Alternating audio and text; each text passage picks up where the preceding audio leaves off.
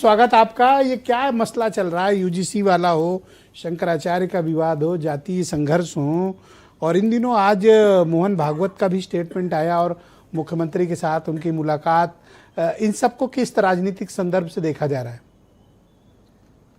देखिए, ये बात तो लोग जानते हैं कि संघ जो है वो बीजेपी के लिए हमेशा एक संकट मोचक की तरह रहा है, मार्गदर्शक की तरह रहा है। जब जब बीजेपी ने पुकारा, संघ उनकी मदद के लिए आगे आया।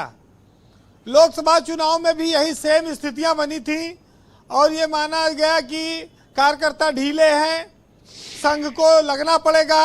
उस समय जेपी नड्डा का एक बयान आ गया जिसको लेकर कहा गया कि संघ जो है कि हमें अभी जरूरत नहीं है, और वो सब चीजें ऐसी रही कि उत्तर प्रदेश का रिजल्ट बीजेपी का खराब हुआ।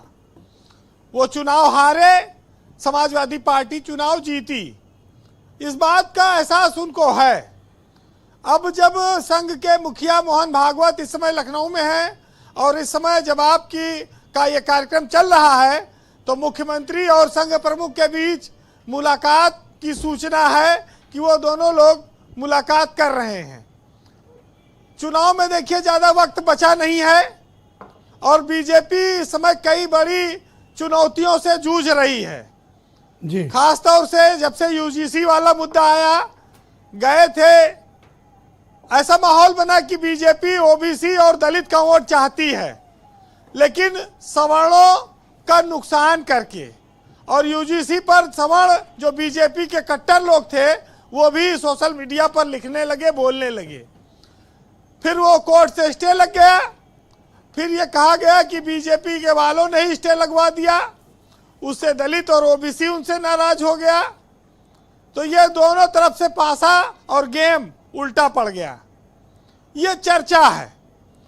अब बात आई शंकराचार्य की। जो घटनाक्रम हुआ उसको लेकर बहुत सारे लोग अलग अलग तरह के, देखिए एक बड़ी समस्या है ब्रजेश जी, बीजेपी या जो बड़े पार्टियां हैं, यहाँ अलग अलग विचार के बयान देने वाले लोग हैं। सीएम कह रहे हैं वो शंकराचार्य नहीं है, वो कैसे लिख सकते हैं। डिप्टी सीएम कह रहे हैं अन्याय हो गया, गलत हो गया, चोटी घसीटनी नहीं चाहिए थी। जनता भ्रमित हो जाता है कि कुछ नेता हमारे साथ आए, कुछ नेता बीजेपी के साथ हैं, कुछ अलग बोलते हैं, कुछ अलग बोलते हैं। यानी कि अगर दो आदमी में झगड़ा हो जाए तो जो मारे कुछ लोग उसके साथ भी रहेंगे और जो मार खाए कुछ लोग बीजेपी वाले उसके भी साथ हो जाएंगे और भ्रम में वो पड़ जाएगा। इसी को राजनीति कहते हैं वीरेन जी। ये वही बात है। तो यूपी का असली जो चुनौती का समय है वो चल रहा है और विधानसभा का चुनाव निकट है।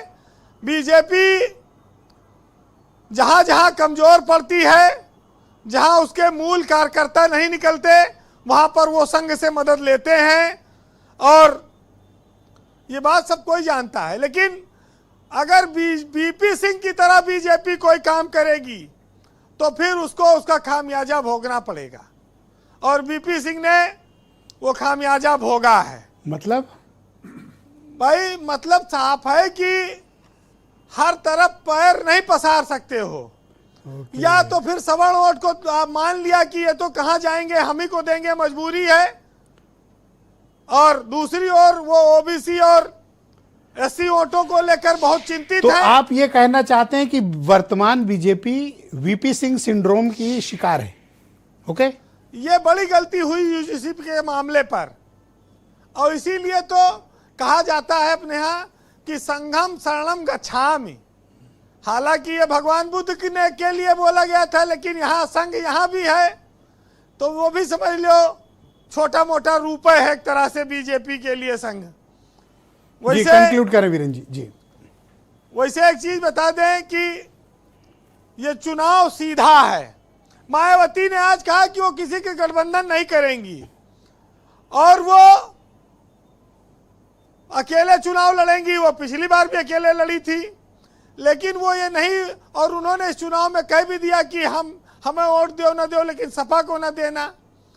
मायावती को लेकर उनके ही मतदाताओं में बड़ा संशय हो गया और उसी के नतीजा रहा कि लोकसभा चुनाव में उनका वोट काफी घट गया। जी, आज फिर ये साफ हो गया कि यूपी में इंडिया और एनडीए ये दो गठबंधन आमने सामने लड़ेंगे। जी वीरेन जी, अब कंक्लूड ये लोग तय कर लें क्या होगा। जी, फिलहाल